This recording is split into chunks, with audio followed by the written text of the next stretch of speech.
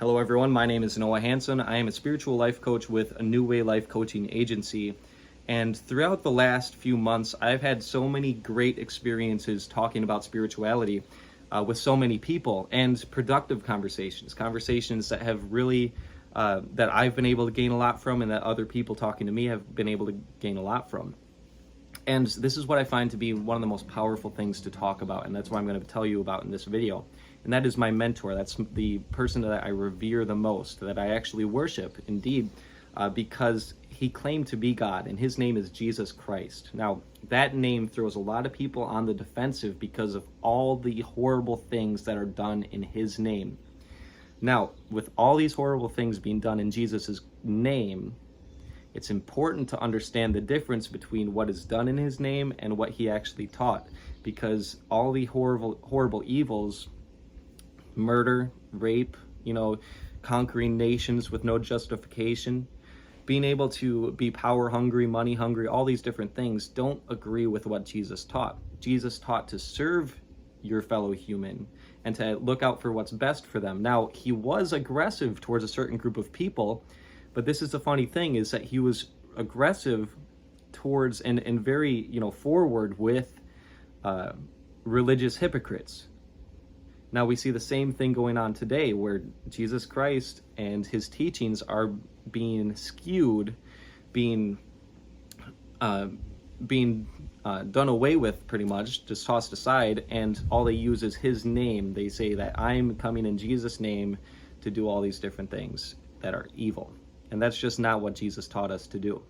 So it's important to understand the difference between what actually was taught by Jesus and what people say they come in his name are doing. So that being said, if we talk about his teachings, many people are thrown off by this too, because how can the Gospels, specifically Matthew, Mark, Luke, and John, which are recording the life of Jesus and part of Acts, how can these be accurately preserved after 2,000 years? Isn't it like a game of telephone where it's a copy of a copy of a copy of a copy made, and it just gets lost in translation somewhere along the way? Well, to put it simply, I've got a video on this on my YouTube channel, A New Way with Noah, but to put it short and sweet, we have copies of copies of copies of copies. Of course we do. That's how we get all of the Roman records, or copies of copies made.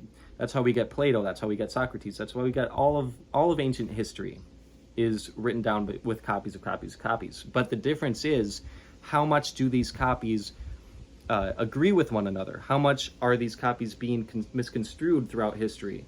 And what we have with the New Testament specifically is copies of copies of copies of copies dating through the 1st century AD to the 10th century AD, and all of them agree to an infinitesimal degree, whereas the main errors are just simply spelling errors. And anything that actually changes what's written in the Gospels, anything that's like actually changing what's taught about the life of Jesus, really has no consequence. One of the main ones, and the biggest one in my remembrance, is that the story of the woman who's being caught for adultery and about to be stoned. Jesus steps up and says, "The person who is without sin, throw the first stone." This seems to have been a story that was added in later manuscripts. However, this isn't something that is looking like it's a power trip that someone's trying to write in something to be able to take advantage of people because of their power trip that they're on in the name of Jesus. No, it's actually putting Jesus in a really good light as well as the rest of the Gospels, as one who deems equality for men and women. The New Testament was one of the most powerful texts to ever give way to women's rights, children's rights, and rights between races. So it's interesting that so many people think that the New Testament is racist. It's interesting to think that the New Testament is sexist. It's really revolutionary for women, children, and other racial ethnicities' rights. It actually is the foundation for understanding how we can treat every single human being, no matter who they are, as equal to us. Now, that being said, Jesus did criticize religious hypocrites highly, people who are coming in his name and doing evil works. That is completely evil, and that's why so many people don't take Jesus seriously. That's why I didn't take Jesus seriously for over 3 years of my life when I was wrapped up in what's called the New Age, and I was talking to spirit guides, nature spirits, all kinds of different things on the other side, using tarot cards, pendulum, and all sorts of different modalities to communicate with spirit. Then I realized that Jesus and what he taught about himself is actually true. Jesus is true, and what he taught about himself is actually true. And they're accurately preserved throughout history. Remember, these copies of copies of copies all agree to an infinitesimal degree. The main error between them is just spelling errors. So, what he taught about himself is that he is God in human flesh, and that he came to take away the sin of the world. He came to take away our imperfections. We live in an imperfect world. It's very clear, even if you look at nature, death in nature and suffering in nature.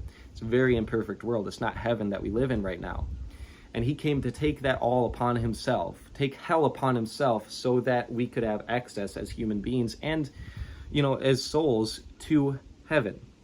So the most unconditionally loving, the person who taught the highest ethics as far as like how to determine right from wrong, the person who put the highest standard on being good, the person who taught us so many wonderful things in the Gospels, also said that he is God come in human flesh, and that we don't need to work for heaven, rather we just need to trust and have a relationship with him and have a heart change and to stop doing evil.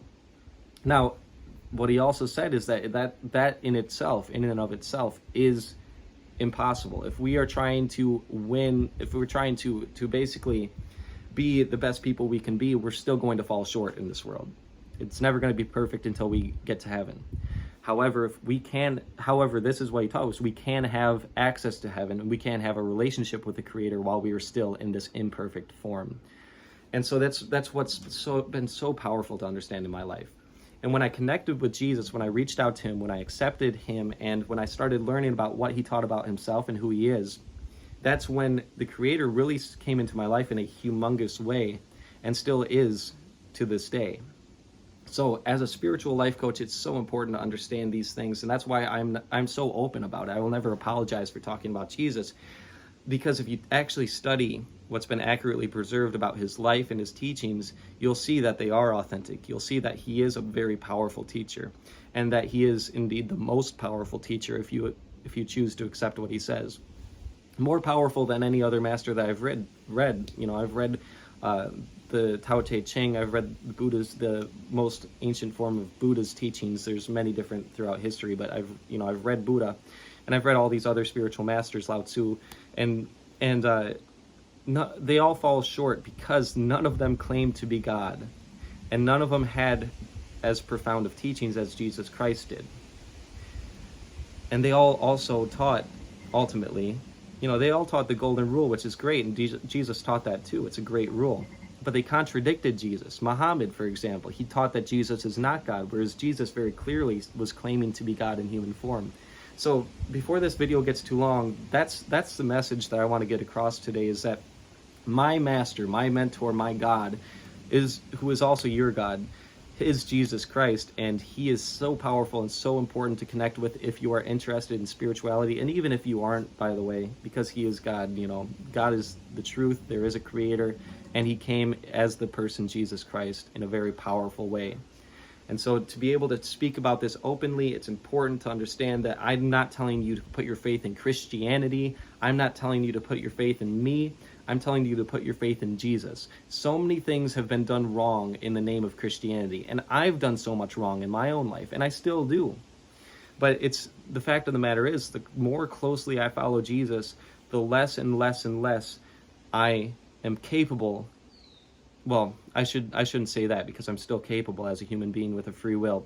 But the more that I follow Jesus Christ's teachings closely, the less I find myself being inclined towards evil, and the easier it is to get out of temptation, to get out of an evil state of mind, and to do good, and to be good, and to be doing good for other people. And actually what's occurring there is it's the Creator Spirit working through me in those instances. Oftentimes it's not something that I even have prayed about, but oftentimes it is. But at the same time, there's many times where I'm just thrown into a situation where it's the right time, right place, and I just have to thank Jesus for it, because he's brought me to the right spot in the right time to be able to make an impact on someone's life in a positive way.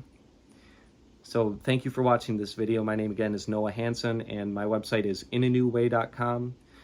We've got a podcast there called the OIC Podcast I do with a wonderful man, Kevin Peterson. And we just like to invite you to that website to learn more about spirituality and to learn more about a healthy connection in your life with the Creator, to learn about a healthy connection with the world around you. Thanks again for watching this, and I'll see you on the next video.